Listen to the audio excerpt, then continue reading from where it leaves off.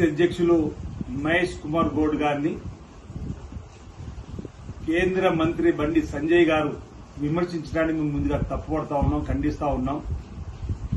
మహేష్ కుమార్ గౌడ్ గారి మాటల్లో, వారి స్పీచ్ లో బీసీ బిడ్డ అయినటువంటి మీరు బీసీ బిల్లు అమలు కావడానికి కేంద్ర ప్రభుత్వంలో ఉన్నటువంటి మీరు ఎందుకు ఒత్తిడి పెంచడం లేదు నరేంద్ర మోడీ మీద అనేటువంటి మాటకి సమాధానం చెప్పనేటువంటి సందర్భంలో భారతీయ జనతా పార్టీ ప్రభుత్వంగా ఏర్పడినటువంటి సందర్భంలో ప్రజలకు ఏం చేసిందనేటువంటి మాట చెప్తూ ధనాధన్ జన్ ధన్ ఖాతా తెరవండి, నల్లధనం వెనక్కి తీసుకొస్తాం, మీ ఖాతాలో 15 లక్షలు వేస్తామన్నటువంటి మీ మాట హామీ ఆనాడిది ఏమైందని అడిగితే తప్ప అన్నటువంటి పార్టీ సందర్భం గుర్తు చేస్తుంది.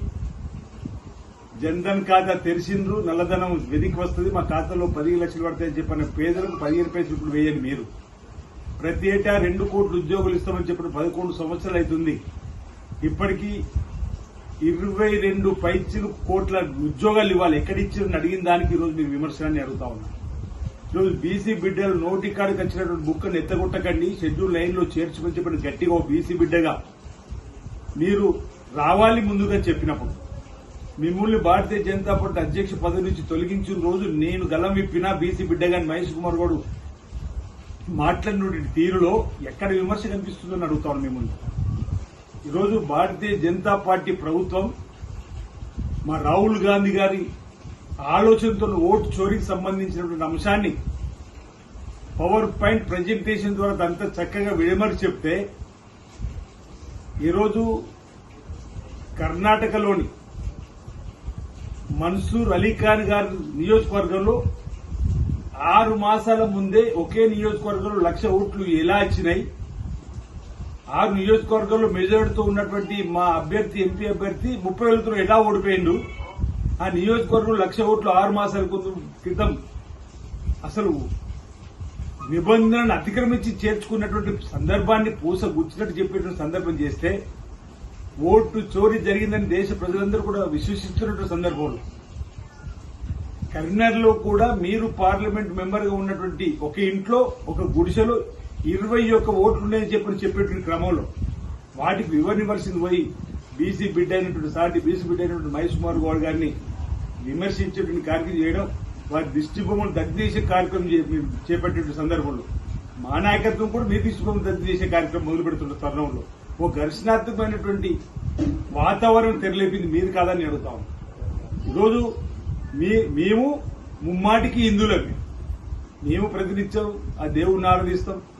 ఈ భారతదేశంలో ఉన్నటువంటి వాళ్ళందరూ కూడా మెజార్టీ పీపుల్ హిందువులే. అందరూ రాముని మొక్కుతారు, అందరూ హనుమంతుని మొక్కుతారు, అందరూ పరమేశ్వరుని మొక్కుతారు, అందరూ వెంకటేశ్వరుని మొక్కుతారు. కానీ మేమేదో హిందూ ధర్మమే కాపాడతామని, మీ లేకపోతే ధర్మమే లేని విధంగా మాట్లాడారు. అసలు బీజేపీ పార్టీ ఎప్పుడొచ్చింది ఉంటుంది. సనాతన ధర్మాన్ని కాపాడుతూ మన హైందవ సంస్కృతిని కాపాడుతూ మనందరూ కూడా ముందుకు పోతున్న తరుణంలో ఎన్నికలు వచ్చినప్పుడు దేవుడి పేరును మతాన్ని అడ్డుపెట్టుకుని మీరు వస్తుండ్రు, ప్రజలు జాగ్రత్తగా ఉండమని చెప్పని మా జనహిత పాదయాత్రలో మా మహేష్ కుమార్ గౌడ్ గారు మాట్లాడినటువంటి మాటలు ఎలా తప్పవుతాయని చెప్పని అంటున్నాం. ఎన్నికల ముందు మీరు అక్షింతలు పంపిస్తుండే, అక్షింతలు పంపించి రాజకీయం చేయడం సరికాదని చెప్పని మాట అంటే ఏ విధంగా తప్పవుతుందని చెప్పి అంటున్నాం.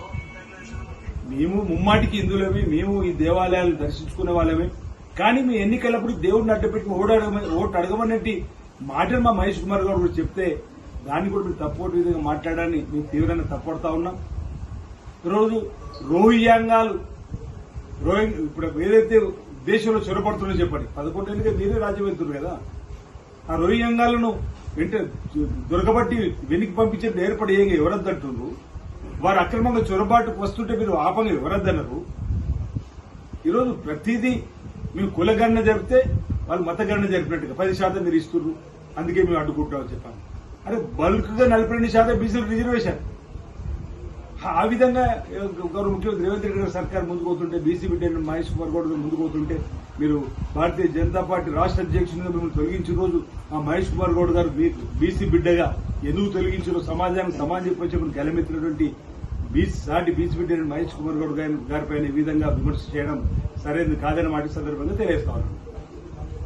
Subscribe us and press the bell icon for more interesting updates.